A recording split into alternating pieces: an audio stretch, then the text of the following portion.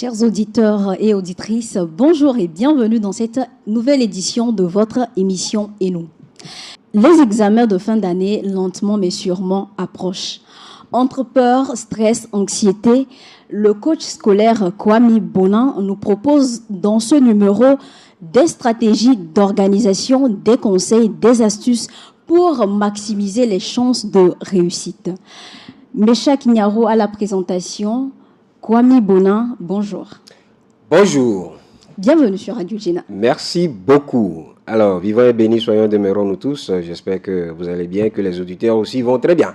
Par la grâce de Dieu, je vais bien. Alors, comme je l'annonçais à l'entame de cette émission, nous allons parler des examens de fin d'année qui sont imminents. Alors, vous êtes éducateur, vous êtes coach scolaire. Est-ce que vous pouvez nous dire comment est-ce que vous évaluez les performances des élèves depuis la rentrée scolaire jusqu'à aujourd'hui? Ce serait présomptueux de ma part de parler des performances de tous les élèves du Togo, vu que je n'ai pas toutes ces données-là.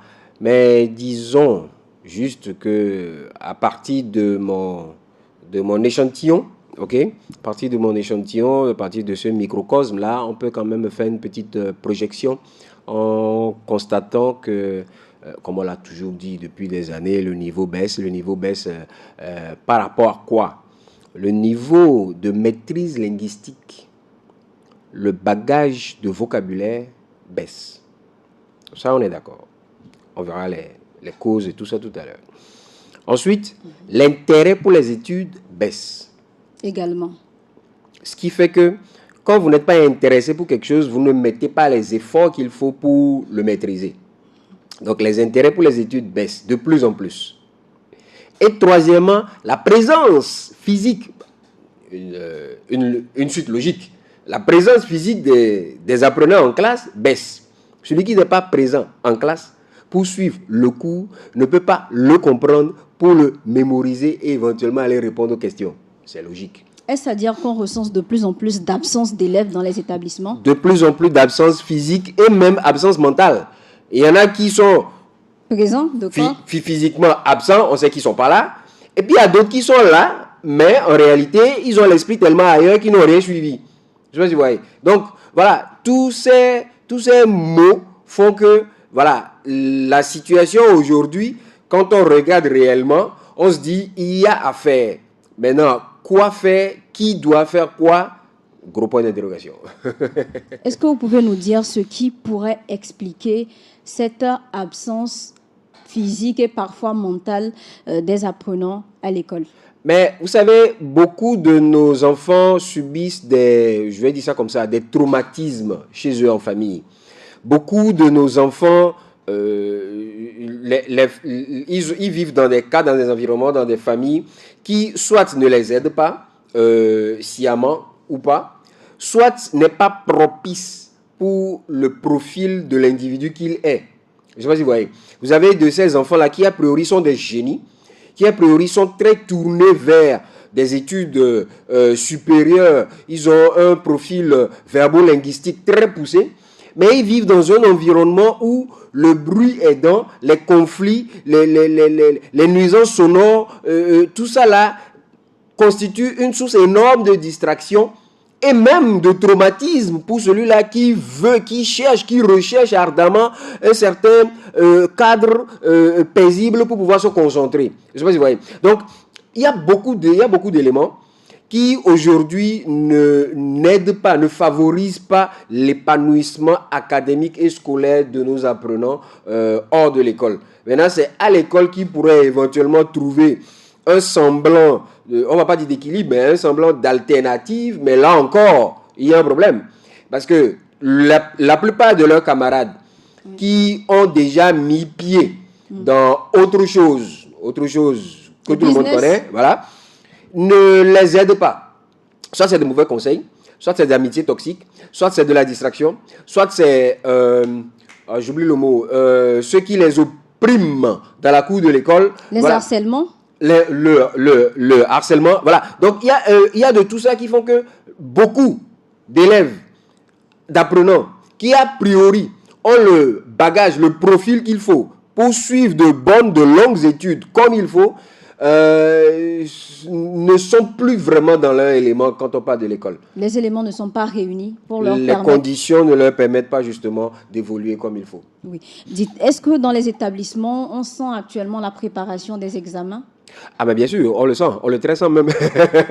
On le sent parce que les enseignants mettent les bouchées doubles, soit pour finir le programme, soit pour s'assurer que tout le monde a compris. En tout cas, pour rappeler, ils ne se gênent pas pour le rappeler à corps et à cri. Les enseignants, les surveillants, l'administration le rappellent à corps et à cri. On est dans la dernière ligne droite. Voilà, c'est le grand moment.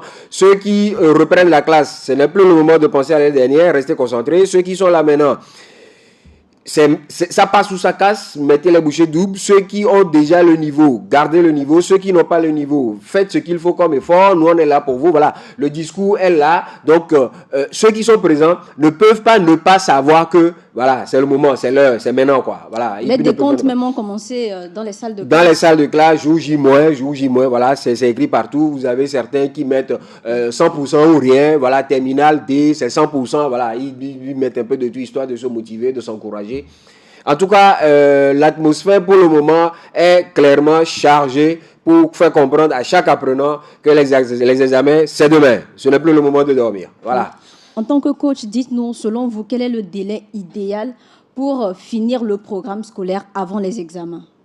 Oula, je ne saurais parler à la place des enseignants. Vous savez, chaque discipline, chaque matière enseignée avec son lot de contraintes entre les explications.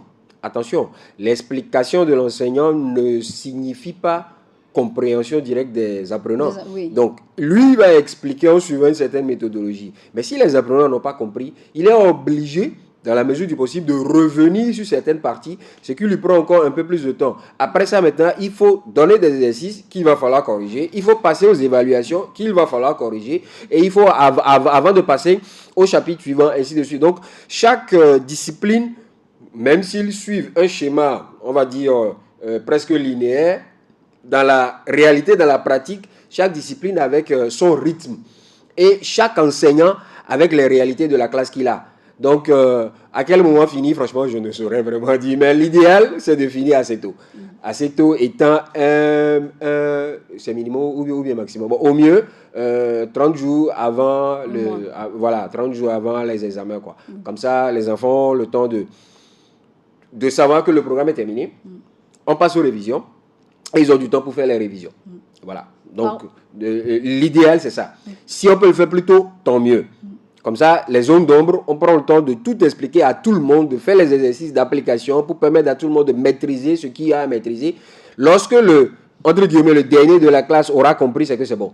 Ce n'est pas le premier de la classe qui est le barème. Non, c'est le dernier de la classe qui comprend. Et là, on est sûr que c'est bon pour cette classe-là, par rapport à cette notion-là. On peut passer à autre chose, voilà. Il y a eu des cas où on a fini le programme 2 semaines avant l'examen, disant que les derniers chapitres ne sont pas toujours pris en compte lors des examens. Qu'est-ce que vous en pensez? Ça, je dirais plus que c'est dû un peu à une petite loterie, un jeu de hasard, parce que les évaluations couvrent toute l'année. Okay. En principe. Les évaluations couvrent toute l'année. Et donc, ceux qui composent les sujets ne vont pas chercher à savoir, bon, vous avez fini ou vous n'avez pas fini. On a le programme, on sait tout ce qui est censé être enseigné. Et donc, on sort les épreuves par rapport au programme préétabli. Je ne sais pas si vous voyez. Sauf consigne claire de plus haut, de chez en haut. Là, c'est carrément autre chose. Je ne sais pas si vous voyez. Donc, si voilà, on n'a pas terminé le programme, c'est pas ça qui est sorti. Ce qui est sur les 3 ou 4 exercices dans une épreuve d'examen, on ne couvre pas tous les 12 voire 20 chapitres de l'année. On ne couvre que quelques-uns. Donc, ça a été une loterie que ça ne soit pas, entre guillemets, sorti. Voilà, c'est ça. Disons les choses comme elles sont, en fait. Ouais, en effet. Vu que nous parlons de préparation des examens qui sont imminents, est-ce que vous pouvez nous proposer des stratégies pour pouvoir organiser cette période-là, cette dernière période? Alors, la dernière période étant... Là, on est dans le... Ah, ok, là, c'est les congés. Les congés, et bientôt, juste... c'est le 3e trimestre. En même temps. Alors, la première stratégie qui va pour tout le monde, et je dis bien tout le monde, c'est qu'il faut avoir commencé depuis la rentrée. C'est ça, c'est aussi simple. La norme. Ça, c'est aussi simple. Il faut avoir commencé depuis la rentrée. Celui qui n'a pas commencé depuis la rentrée, là, la stratégie, là, il a déjà raté. Ça, mettons-nous d'accord sur ce désaccord. Il a déjà raté. Maintenant, lorsque vous voulez réviser, réviser implique que vous aviez déjà visé, que vous avez déjà appris, que vous avez déjà fait un pas. Et maintenant, vous venez juste remettre les choses en ordre, mettre les points sur les i et faire une sorte de mise à jour. Je sais pas si vous voyez. Vous ne pouvez pas mettre à jour quelque chose qui était déjà dans la nuit. Non. On le met à jour parce que justement, c'est plus ou moins clair. Voilà. Maintenant, les petites zones d'ombre dedans, on rebalaye tout ça, on dépoussière tout ça et on sait qu'on va devant. Maintenant, cette mise à jour-là se passe comment? Un examen, c'est d'abord et avant tout une évaluation. Une évaluation. Et moi, les évaluations, je les définis comme des questions auxquelles il faut apporter des réponses. Vous apportez les bonnes réponses, vous réussissez, vous avez le point. Vous apportez les mauvaises réponses, vous avez 0. Aussi simple que ça. Maintenant, pour avoir les bonnes réponses, il faut les avoir mémorisées. Là, vous avez douzaine, quinzaine, vingtaine de chapitres avec tout plein de parties, des dates, des notions, des définitions, des croquis, des schémas, je ne sais pas, des formules. Il faut mémoriser. Il n'y a rien à faire, il faut mémoriser. Bûcher? Attention, bûcher est différent de mémoriser. Quelle est la nuance? Bûcher, ça veut dire que vous êtes un perroquet. Oui. Et vous répétez sans même savoir ce que vous dites. Vous répétez, quand on était enfant, ma mère, voici ma mère. On ne sait même pas ce que ça veut dire. On récitait seulement. Ça, c'est bûcher.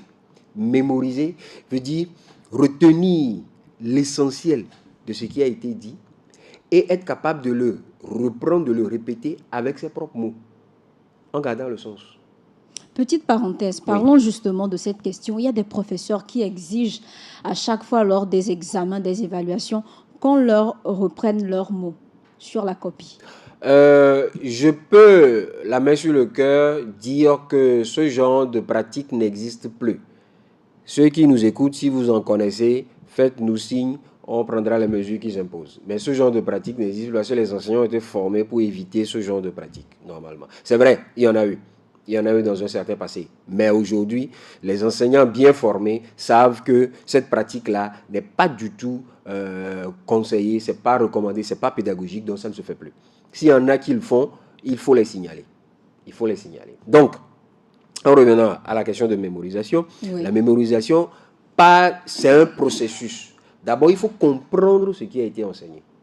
Et pour comprendre, au Togo, nous sommes un pays francophone, tous les cours se passent en français. Il faut donc avoir un certain bagage linguistique. J'en parlais tantôt.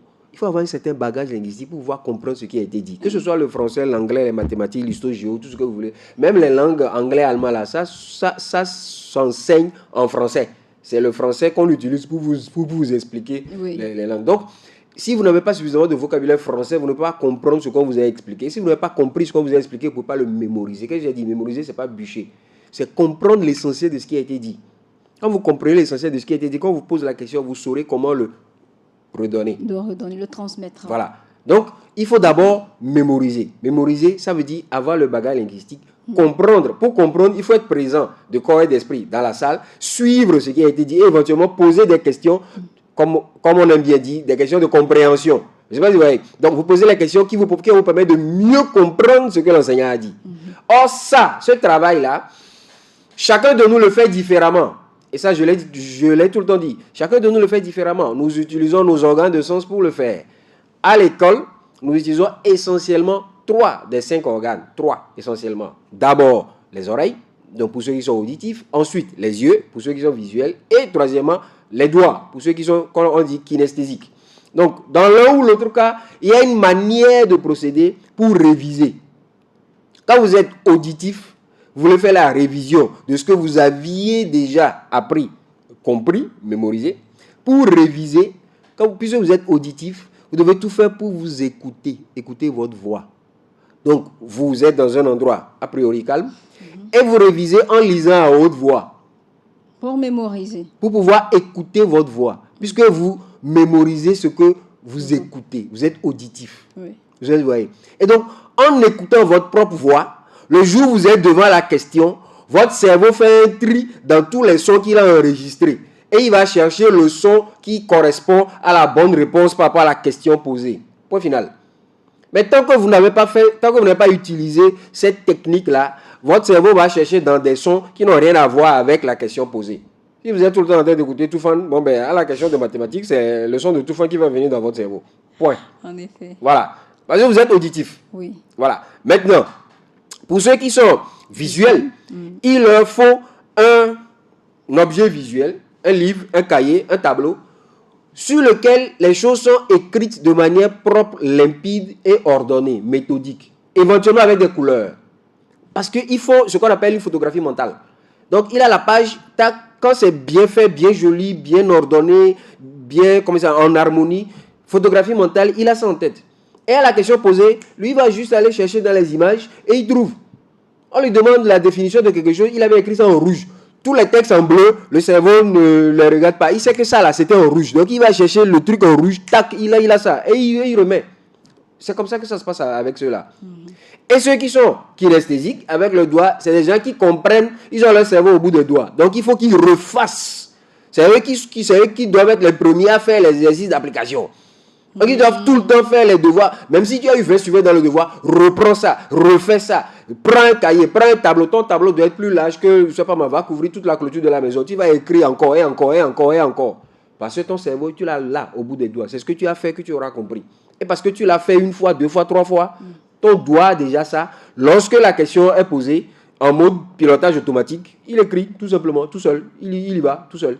Maintenant, comment est-ce qu'on fait pour savoir que notre enfant, ou même en tant qu'élève, comment est-ce que savoir si je suis visuel, auditif ou kinesthésique? Voilà, allez-y. Très belle question. Alors, pour ceux qui nous ont approchés, les tests ont été faits pour permettre aux uns et aux autres de découvrir leur profil. Ça s'appelle profil de perception sensorielle.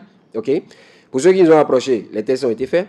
Les enseignants sont, pour la plupart, et vraiment la plupart, les enseignants sont bien formés aujourd'hui pour identifier et détecter ces profils-là de manière plus ou moins primaire dans les classes. Et c'est d'ailleurs pour ça qu'ils repositionnent certains apprenants en classe. Quand on sait que celui-là, il est plus auditif, on l'éloigne de la fenêtre.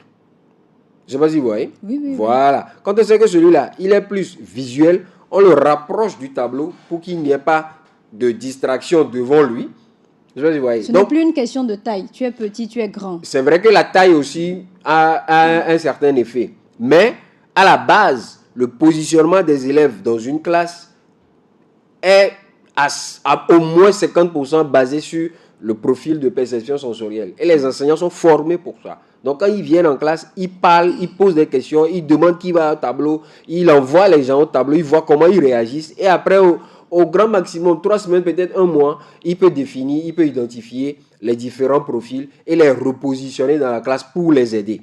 Vous voyez. Maintenant, ceux qui nous ont approchés le savent, ceux que les enseignants ont repositionnés, ils peuvent avoir une idée par rapport à ce que l'enseignant leur a dit. Maintenant, pour les autres, vous pouvez aller sur Internet, puisque ce n'est pas quelque chose de caché, ce n'est pas une science, pas une technique, je ne sais pas moi, secrète quelque part. Non, vous allez sur Google, vous tapez profil de perception sensorielle, vous faites le test et cela vous sort votre profil tout simplement. Voilà. Et quand vous avez une idée, puisque là ça vous donne une idée, ce n'est pas à 100% précis, ça vous donne une idée. Maintenant, si vous voulez plus de précision, là vous nous approchez, les spécialistes, on pourra interpréter et faire encore autre chose pour aller plus en profondeur. Maintenant, quand vous avez une idée par rapport à ce que vous avez téléchargé sur le net, là vous commencez déjà par travailler par rapport à ça, par vous positionner, à adopter les bonnes habitudes par rapport au profil que vous avez identifié pour vous-même. Et cela facilite plus aisément les révisions et les préparations. Cela facilite déjà votre capacité de mémorisation et de compréhension. Vous savez, même en entreprise, certaines secrétaires, aujourd'hui on ne dit plus secrétaire, on dit assistants de direction, certaines assistants de direction, même les commerciaux et tout ça, quand vous vous retrouvez devant un interlocuteur, un client ou votre employeur ou tout ce que vous voulez, ce n'est pas tout le temps que vous avez le temps de tout noter. Oui. Mais il faut savoir comment vous mémorisez pour pouvoir mémoriser le maximum avant de repartir et faire exactement ce qu'on vous a dit. Sinon, vous irez faire le contraire et bonjour les dégâts. Ou alors c'est que vous allez revenir chaque 5 minutes. Patron, vous avez dit quoi? Bon, là, franchement, une fois, 2 fois, ça va, mais après, voilà quoi. Voilà. Donc, c'est quelque chose qui est utile à l'école et après l'école. Voilà. Très bien. Merci pour cette précision-là et cet apport. Dites-nous, selon le niveau ou le cycle auquel l'élève est, de quelle manière est-ce qu'il peut se préparer, s'organiser pour réviser? Alors, nos tout petits qui vont au CEPD, il y a une particularité. C'est que c'est la première fois qu'ils font face à un événement aussi stressant. Stressant dans la mesure où il y a la pression des parents, il y a la pression des camarades, il y a la pression des aînés, il y a la pression des enseignants, il y a le regard de tout le monde. Il se dit, mais qu'est-ce qui se passe au juste? On va me faire quoi là? Il ne sait pas du tout ce que c'est, il ne comprend pas. L'erreur serait de prendre pour ces enfants qui vont au CPD, l'erreur serait de leur prendre un répétiteur. Ah, je le dis et je le répète, je ne gâte le business de personne. Ce n'est même pas mes intentions. Mais mettons-nous d'accord. Qui a envie d'avoir un enfant qui va être un éternel assisté? Personne. Tout le monde voudrait que son enfant soit le plus rapidement possible, suffisamment autonome pour se prendre en charge le plus tôt possible. Mais quand, dès le CPD, on lui met une armée de répétiteurs derrière, répétiteurs de français, d'histoire géo, arithmétique, ECM, même le sport. Bon, finalement, l'enfant, il fait quel effort lui-même? Tant que le répétiteur n'est pas là, il ne fait rien. Il fait PlayStation, il regarde, je ne sais pas moi, des dessins animés bêtes là. Finalement, lui-même, il fait quoi comme effort? Zéro effort.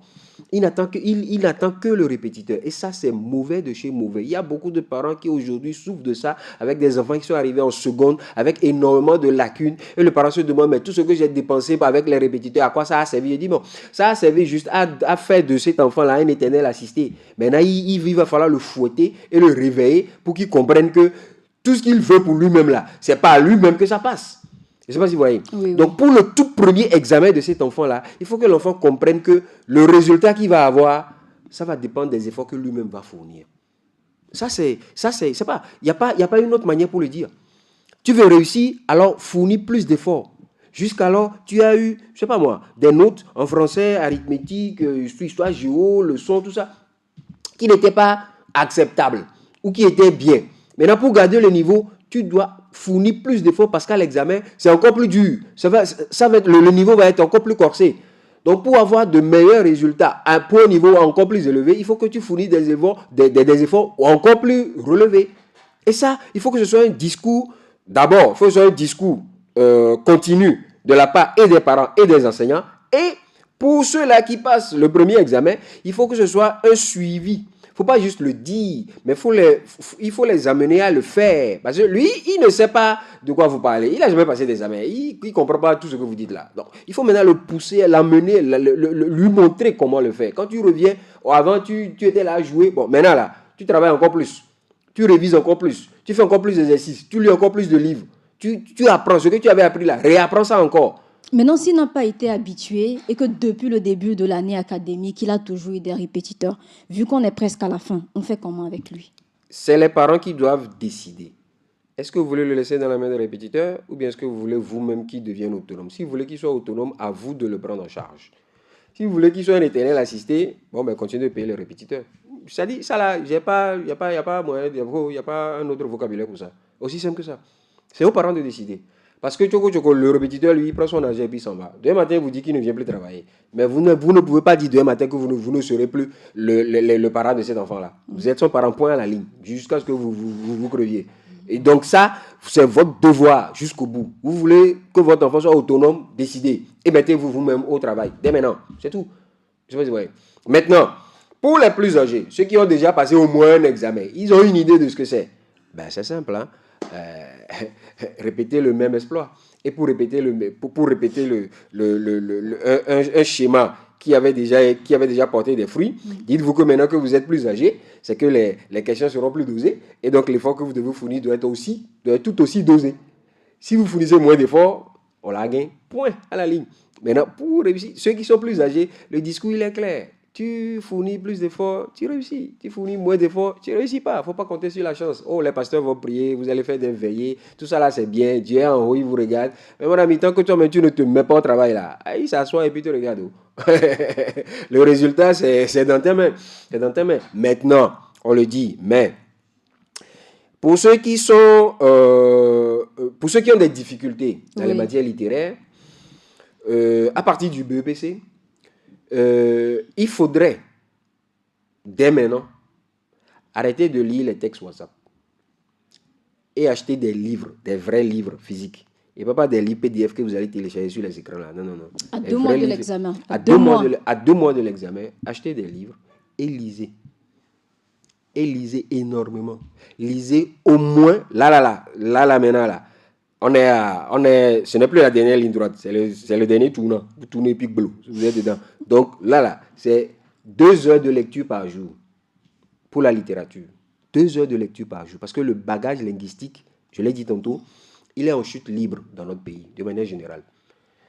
Il y a encore quelques années, je dis quoi, je vais être gentil, dans les années d'indépendance, un citoyen togolais maîtrisait jusqu'à 30 000 mots individuellement. Dans son vocabulaire. Dans son vocabulaire. Il avait un bagage de 30 000 mots. Jusqu'à récemment, je parle de 2005-2006, on était descendu à 9 000 mots. Wow. Aujourd'hui, je ne sais plus trop, mais c'est sûr, on n'est pas resté à 9 000. Je ne sais pas si vous voyez à peu près. De 30 000 à 9 000 et on continue. On est en chute libre. On est en chute libre. Donc, pour s'exprimer, pour dire ce qu'on pense, pour se défendre, juste pour s'exprimer, ceux qui ont un profil littéraire manquent de vocabulaire. C'est inimaginable. C'est inimaginable. Mais c'est une réalité. Vous en avez beaucoup. Allez à l'université, vous allez voir. Ils sont en droit, ils sont en allemand, anglais. Il est incapable de vous dire, avec des synonymes, ce qu'il veut faire. Je dis, mais, mon ami, bon, on ne va pas parler de ça. Mais, ça dit, la réalité, elle est là. Donc, maintenant, là, lisez au moins 2 heures par jour. C'est obligé. Plus vous lisez, plus vous rencontrez des mots. Et les mots que vous rencontrez, votre cerveau les enregistre et cela vous sera utile lorsque vous serez face aux épreuves.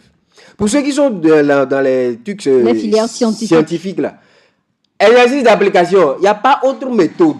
Exercice d'application. On a appelé exercice d'application, donc c'est des exercices, quand vous les appliquez là, vous allez trouver des réponses. Donc, il faut vous appliquer. La science là, c'est de chercher les réponses du pourquoi et du comment des choses. Donc allez faire les applications pour comprendre le pourquoi et le comment des choses. Donc en science, on ne vous demande pas de faire des descriptifs ou bien de faire de la rédaction. Non, il faut démontrer par A plus B que ça là, ça vient d'ici, ou bien ça et ça va donner ça.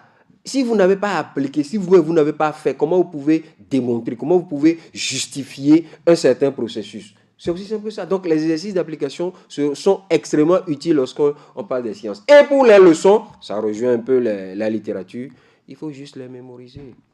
Il faut juste les mémoriser. Les dates, les croquis, les noms, les définitions, les schémas. Il faut mémoriser, c'est tout. Si vous avez soit vous êtes littéraire, donc, vous serez plus enclin à retenir les définitions, les dates et les noms. Soit vous êtes scientifique, vous serez plus enclin à retenir les croquis, les schémas et ainsi de suite. Soit vous êtes technique. Quand vous êtes technique, vous êtes plus enclin pour les leçons à tout le temps faire des fiches. Vous allez faire des fiches pour synthétiser tout ça, pour que ça soit vite fait, tac, tac, tac, et puis bon, on avance. Mais dans l'un ou l'autre cas, pour les leçons, vous ne pouvez pas ne pas les mémoriser. Vous êtes obligé, condamné à les mémoriser. Et donc, pour ça, à partir de maintenant, que chacun s'y mette, que chacun se mette au travail. 2 heures de lecture par jour. Minimum. Coach Kwame Bonan, vous n'êtes pas sans savoir que nous sommes à l'ère du numérique et des réseaux sociaux. Et de plus en plus d'apprenants, d'élèves ont recours à Google, ChatGPT pour faire des recherches ou pour s'informer. Est-ce que vous pensez que cela constitue réellement un moyen d'apprentissage ou c'est carrément une source de distraction? Alors, j'étais dans une école scientifique récemment Et il était question des révisions et les élèves, bon, moi je les ai laissés parler, ils m'ont dit que pour certains exercices, bon, ils ont sorti une liste énorme d'applications de logiciels qu'ils ont, soit sur leur téléphone, soit sur leur ordinateur, pour les aider à tracer des fonctions, à trouver je sais pas, voilà, c'est les scientifiques là, avec Oui, le oui, truc oui. là, et tout ça, et tout ça, et tout ça. Il dit, bon, voilà, tout ça c'est super. Moi encore, jusqu'à récemment, j'étais un peu contre tout ce qui est numérique, intelligence artificielle et tout ça. Mais maintenant, je me rends compte que, attention, est-ce que nous, les vieux, entre guillemets, je ne suis pas vieux, hein, nous, les vieux, entre guillemets, est-ce que nous ne sommes pas en train de faire fausse route? Parce que tout le numérique autour de nous aujourd'hui, ce n'est pas quelque chose qui arrive par hasard. C'est une révolution, j'ai failli dire universelle. C'est une révolution dans laquelle je dis bien tous les pays sont embarqués aujourd'hui. Et donc la génération montante, qui vont commencer par travailler dans une dizaine d'années, voire plus, ne peut pas ne pas maîtriser ces outils-là. Et si possibilité il y a de leur permettre de le maîtriser de manière précoce, tant mieux. Attention, précoce, sous contrôle. C'est là où, maintenant, pour répondre à votre question, je dis, ceux qui savent, les apprenants qui savent comment réviser avec ChatGPT ou machin truc chouette, le truc là, s'ils peuvent le faire, tant mieux. Mais n'oubliez pas qu'à l'examen, il n'y a pas ChatGPT. C'est vous qui devez travailler. Ah, C'est là le piège. Ah ben c'est ça. Donc si vous le laissez trouver les réponses, vous ne pouvez pas aller répéter ce que lui il a dit. Donc il vaut mieux que vous-même vous le fassiez, que vous l'ayez mémorisé, compris, pour pouvoir aller le donner comme réponse à l'examen. Maintenant, dans l'application de votre quotidien, si ça peut vous aider, tant mieux. Vous voyez. Maintenant, pour ceux qui sont dans les filières scientifiques, qui font faire certaines recherches, tout ça, parce que c'est ce qu'ils m'ont dit, que c'est plus pour faire les recherches. J'ai dit, il n'y a pas de problème. Si c'est pour faire les recherches, tant mieux. Mais à l'examen, là, c'est le résultat des recherches que vous venez montrer. Vous n'avez pas tous ces algorithmes ou applications de quoi à l'examen. Non, c'est vous-même et votre papier. Et ce que vous donnez comme réponse, c'est ça qui va vous valoir le point ou pas. Donc, pour les utiliser, tant mieux. Mais n'oublions pas, à l'examen, pour le moment, chez nous, au Togo, il n'y a pas de ChatGPT dedans. C'est nous-mêmes, plus nous-mêmes. Et ça s'arrête là. Pour les enseignants, ceux qui ont compris sauront comment utiliser ou comment amener les apprenants à utiliser ces outils-là, ces ressources-là, pour mieux comprendre les notions, afin de mieux les préparer pour l'examen. Ça, c'est les enseignants qui sont, on va dire, avant-gardistes. Ce n'est pas eux tous. Il y en a là, c'est pas ça, quoi. Eux, là, c'est la vieille école jusqu'au bout. On se connaît, on se comprend. Pour ceux qui peuvent, ils le font. Pour ceux qui ne peuvent pas, on reste dans le hohotoaji et puis tout le monde est content. Voilà, c'est tout. Donc, il faut l'utiliser avec réserve. Il faut l'utiliser avec beaucoup de réserve. Maintenant, je préconise son usage, mais en attendant qu'on puisse trouver les bonnes formules, voilà, un cadre légal avec tout ce qu'il faut de formation, de base, tout ça. Ceux qui peuvent l'utilisent, mais en n'oubliant pas que pour le moment là, on n'est pas encore à un niveau trop tout quoi, voilà. D'accord. Alors, donnez-nous également votre avis sur les révisions de groupe. Généralement, en fin d'année, on se réunit entre élèves dans les établissements à la fin des cours pour des TD privés. Qu'est-ce que vous en pensez? Alors, le gouvernement, par l'intermédiaire du ministre de l'Enseignement, avait interdit les TD payants dans les écoles. Et tant mieux d'ailleurs, parce que le business devenait un peu trop sauvage. Maintenant, il y a, comme je l'ai dit tantôt, chaque apprenant a un profil individuel, unique. Donc, il y a de ces profils-là, j'ai parlé tantôt des auditifs, qui ont besoin d'écouter. Donc, les auditifs, lorsqu'ils sont dans un groupe, ils sont très à l'aise. Parce que les discussions, les débats, les échanges, les explications des autres leur permettent de mieux comprendre et d'enrichir justement tout ce qu'ils ont mémorisé. Je sais pas si vous voyez. De même, les visuels, lorsque d'autres travaillent, quand c'est bon, on remet au propre et ils sont contents. Photographie mentale, il a ça en tête. C'est pas lui qui a fait, mais il sait que c'est ça qui était juste, paf, il garde ça en tête. Je sais pas si vous voyez. Les kinesthésiques, ils sont au paradis. Ils sont dans le groupe. Dès qu'on veut quelqu'un qui doit aller au tableau, il est présent. Il peut rester au tableau de 15h à 18h, c'est pas une torture pour lui. Lui, il est en train de faire, et ce qu'il est en train de faire là, il est déjà en train de comprendre. C'est généralement le cas des scientifiques. Voilà. Donc, de manière ou d'une autre, chaque apprenant, quel que soit son profil, trouve son compte dans le travail de groupe, comme on a l'habitude de l'appeler. Maintenant, il faudrait que ce travail de groupe soit canalisé par un œil adulte, mature et responsable. Officiellement, oui, les TD ne sont plus organisés par les écoles ni les enseignants. Mais si les enfants font appel à un enseignant par rapport à une certaine matière pour venir les aider, pour leur permettre de mieux comprendre ou corriger ce qu'ils ont fait comme travail dans leur groupe de travail, l'enseignant ne peut pas dire non. Je ne sais pas si vous voyez. Donc, les enfants auront fait un certain travail, l'enseignant viendra fournir de meilleures explications, corriger le travail qui est fait et prodiguer des conseils. Ce n'est pas comme si c'est lui qui avait organisé. Les enfants sont organisés, eux-mêmes, ils ont fait ce qu'ils ont à faire, et voilà, c'est parti. Donc, c'est toujours utile de travailler en groupe, mais il vaut mieux que ce soit sous un œil adulte et mature. Maintenant, tout cela, maintenant, il y a des gens qui ont peur. Ah, qu'est-ce qui va se passer? Quand ça se passe à la maison, il n'y a pas de problème. C'est quand c'est de manière officielle et commerciale, mercantile, dans l'école, là. C'est ça qu'on a dit de ne pas faire. Mais quand ça se passe à la maison, personne ne prend l'argent là-bas. Point la ligne. Voilà. Allez aider les enfants, c'est tout. Il y a même des parents qui ont suffisamment de compétences, suffisamment de bagages, qui peuvent aider les enfants. Donc, c'est soit ton enfant avec ses cousins et ses cousines, ou bien avec les voisins, ou bien avec ses camarades de classe, ils sont là, ils ont un souci, je sais pas moi, en anglais ou en français, toi-même tu es journaliste ou interprète, bon ben écoute, voilà, tu peux les aider, tu peux leur fournir d'autres informations, explications qui pourront les aider à mieux préparer l'examen, voilà. Donc, le travail de groupe est toujours utile, quel que soit le profil de l'apprenant. Voilà. À condition que ça soit bien encadré. Bien encadré, exactement. Oui, actuellement, nous sommes en congé de Pâques pour les apprenants et les élèves. Quels conseils vous leur donnerez pour maximiser cette période avant les compositions? Fuyez la télé. Directement. Pendant les congés ont commencé depuis samedi. On se connaît dans ce pays-là. Fuyez la télé. Fuyez la télé. Parce que eux tous là, les garçons, si ce n'est pas les mangas, j'ai découvert le nom d'un jeu la dernière fois, Roblox. Je ne sais pas d'où c'est venu, mais ils sont tous accros à ce jeu-là. Ah oui. Ils ne font que ça. Les filles, si ce n'est pas les novellas, ouais. Ou alors TikTok. Voilà, TikTok. Hey, Jesus. Oh, c'est plus qu'une drogue. C'est plus qu'une drogue. Fuyez, j'ai dit télé, non, ce n'est pas la télé. Fuyez les écrans. Fuyez les écrans. À partir de maintenant, jusqu'à la fin de vos examens, là, que ce soit première, terminale, BPC, de job, fuyez les écrans. Si vous faites une cure d'écran pendant cette période, jusqu'à la fin de vos examens, là, ça ne va pas vous tuer.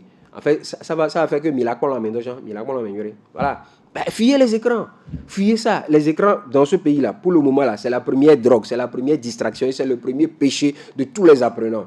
Maintenant, deuxième chose, organisez-vous, organisez les journées. C'est pas parce que vous êtes en congé, vous allez vous réveiller à 10h. Attends, on est où là?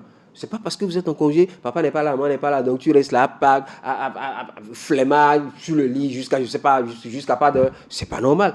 Et puis la nuit maintenant, vous êtes là sur TikTok jusqu'à 2h, jusqu'à 3h. Attends, sérieusement? C'est pas possible. On se réveille avec les yeux enflés, les cernes. Et c'est pour ça qu'ils arrivent d'ailleurs pas à se réveiller à temps. Ils restent là jusqu'à 11h. Donc, pendant ces congés, maximisez le temps. Habituez-vous à vous réveiller tôt. Ce n'est pas pour rien qu'on a un emploi du temps qui a ce schéma-là à l'école. Les matières, c'est-à-dire le travail le plus lourd, le travail le plus intellectuel, doit se faire entre 9 et 11 heures. Très tôt le matin. Là, le cerveau est beaucoup plus productif. Et le travail physique se fait en après-midi. Là, vous avez libéré tout ce qui est cerveau là. Et maintenant, vous passez à ce qui va vous faire transpirer en après-midi. Et en soirée, vous vous reposez. Mais si vous vous levez tard le matin, vous vous sentirez lourd et le cerveau est endormi. Et vous voulez réfléchir sur les exercices, les gros exercices de mathématiques ou de philosophie à partir de 15 heures. Sérieux? C'est pas possible. Vous ne serez pas productif. Je sais pas si vous voyez. Donc, il faut organiser les journées, se réveiller tôt, attaquer les matières, ce qui est difficile. J'aime pas trop l'expression de bête noire, j'aime pas ça. Mais bon, voilà, ce qui vous les matières complexes. Les matières compliquées pour vous là. Chacun avec ce qui est compliqué pour lui. Ce qui est compliqué pour vous là, faites ça tôt le matin, jusqu'à 10h, concentrez dessus. Fouillez, cherchez, concentrez-vous, cherchez les réponses. Et ce que vous aurez trouvé, faites corriger ça. Et après, maintenant, vous pouvez passer à autre chose. Attention, dans tout ça, qu'est-ce que j'ai dit? Fuyez les écrans, organisez-vous. Et hydratez-vous, buvez de l'eau. Nous sommes dans un pays tropical. Il fait chaud. Surtout en cette période. Il fait chaud. Vous êtes à la maison.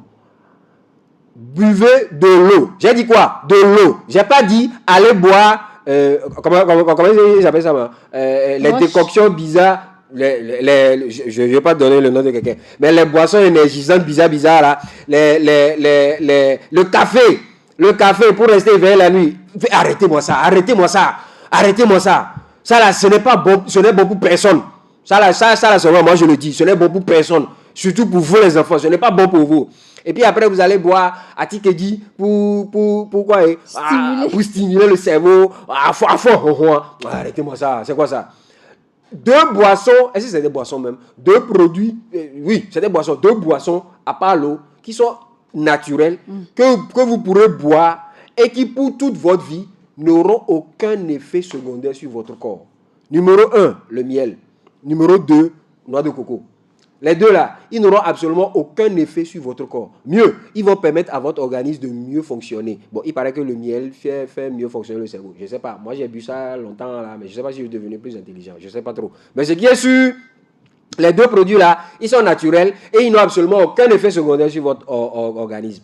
Je le dis et je le répète, nous sommes dans un pays tropical, il fait chaud ces temps-ci. Maintenant que vous êtes à la maison et jusqu'à l'examen, n'arrêtez pas de boire de l'eau. Je le dis et je le répète, il ne faut pas attendre d'avoir soif avant de boire. Il faut boire pour ne pas avoir soif.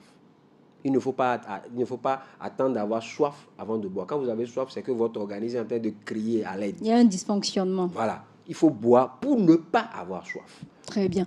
Alors, pour finir, dites-nous très rapidement ce que les parents peuvent faire pour accompagner leur enfant en cette période, très rapidement. Évitez de les stresser avec de quoi banalo.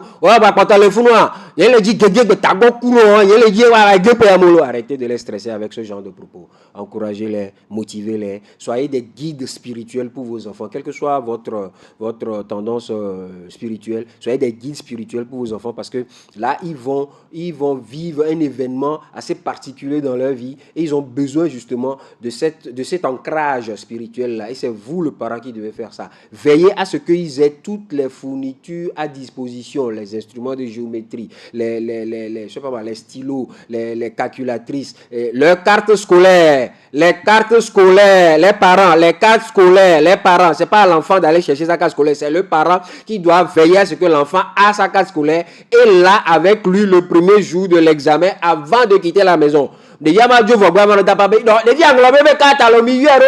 C'est pas de ça qu'il s'agit. Il faut veiller à ça la veille.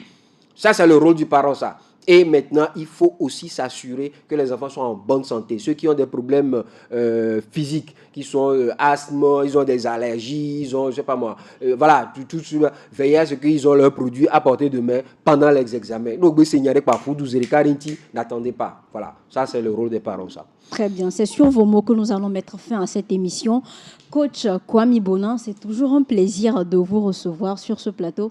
Merci d'avoir accepté notre invitation. Merci pour l'invitation, on se dit à très bientôt. Merci, chers auditeurs.